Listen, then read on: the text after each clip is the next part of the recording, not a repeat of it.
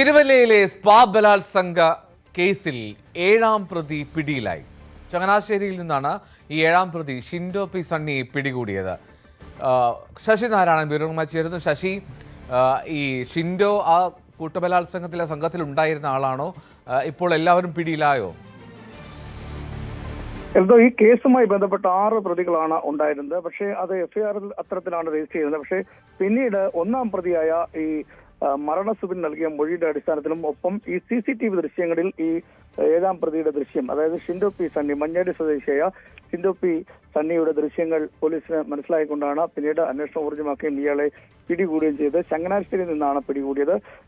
പ്രതിയെ ചോദ്യം ചെയ്തു വരികയാണ്. ട്രെയിൻ മാർഗം രക്ഷപ്പെടാൻ ശ്രമിക്കുന്നതിനിടയിലാണ് പോലീസിന്റെ പിടിയിലാകുന്നത്.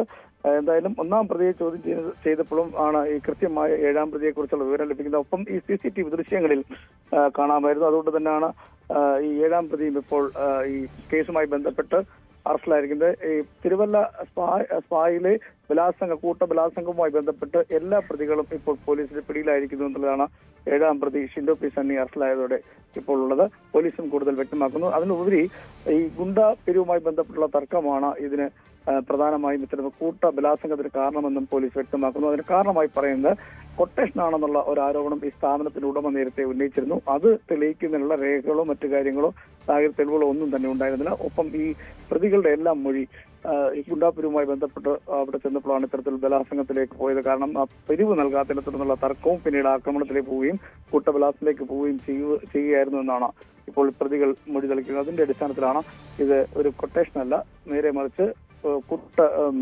ഗുണ്ടാപിരിവുമായി ബന്ധപ്പെട്ട തർക്കമാണ് ഇത്തരത്തിൽ അതിക്രമത്തിന് പോകാൻ കാരണമെന്നാണ് മൊഴികൾ നൽകിയിട്ടുള്ളത്. എന്തോ റൈറ്റ്. ഷിൻഡോ പി സണ്ണിയാണ് പിടികൂടിയത്. ചങ്ങനാശ്ശേരിയിൽ നിന്നാണ് 7ാം പ്രതിയായിട്ടുള്ള ഷിൻഡോ തിരുവല്ല സ്പാ കൂട്ടബലാത്സംഗ കേസിലെ പ്രതിയാണ് പിടികൂടിയ. വിവരങ്ങളാണ് ശശി നാരായണൻ നൽകിയത് പത്തനംതിട്ടയിൽ.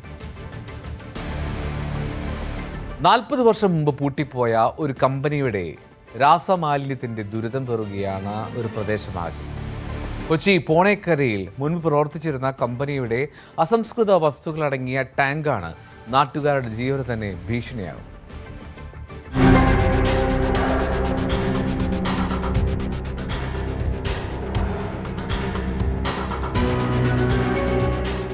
എൻ്റെയൊക്കെ ഒരു ഹൈസ്കൂൾ കാലഘട്ടത്തിലായിരുന്നു. എനിക്കൊരു 10-15 വയസ്സുണ്ടാവും. ആ സമയത്തൊക്കെ ഇവിടെ വന്ന കമ്പനിയാണ്. അപ്പോൾ ഇവിടെ ഈ പരിസരത്തുള്ള ആൾക്കാർക്കൊക്കെ ജോലിയൊക്കെ കൊടുത്ത് പുള്ളി അങ്ങനെ ഒരു സംവിധാനം ഉണ്ടാക്കി. നമുക്കറിയില്ലായിരുന്നു ഇത്രയും വലിയൊരു ഡേഞ്ചർ ആയിട്ടുള്ള സംഭവമാണ് ഇവിടെ വരുന്നതെന്നുള്ളത് നമുക്കറിയില്ലായിരുന്നു. സുനി പറയുന്നത് കഴിഞ്ഞ കുറേ നാളുകളായുള്ള ഈ പ്രദേശത്തുകാരുടെ ആശങ്കയെക്കുറിച്ചാണ്.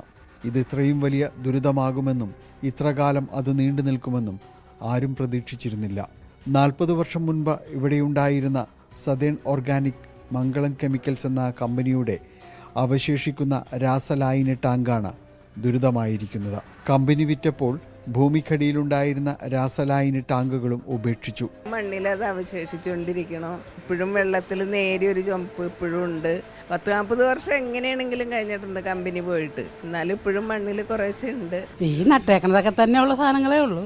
അതൊക്കെ അതേ അപ്പുറത്തെ പറമ്പിലൊക്കെ പോയി തിരിച്ച മണ്ണൊക്കെ കൊണ്ടുവന്നു. അങ്ങനെയാണ്, അല്ലാതെ ഇവിടുത്തെ കളറിലൊന്നും പിടിക്കില്ല. അടിയിലേക്കും ഉപേരോടാൻ പറ്റില്ലേ. ഇതേ കിണറുണ്ട് അവിടെ കിടപ്പുണ്ട്, ഇതിനും കൊള്ളൂല. ചകിരിക്ക് ചുവപ്പ് നിറം നൽകുന്ന റൊഡാമിൻ എന്ന രാസവസ്തുവാണ് ഈ ഒഴുകുന്നത്. ആദ്യമൊക്കെ പരാതി പറഞ്ഞെങ്കിലും ഇപ്പോഴത് ഇവർക്ക് ശീലമായിരിക്കുന്നു. ചെടിയൊക്കെ കണ്ടിട്ടുണ്ടെങ്കിൽ ചെടിയുടെ കൂമ്പിലൊക്കെ ചുമപ്പ് നിറം. കൂടുതൽ വാർത്തകൾക്ക് News 18 കേരളം യൂട്യൂബ് ചാനൽ സബ്സ്ക്രൈബ് ചെയ്യുക.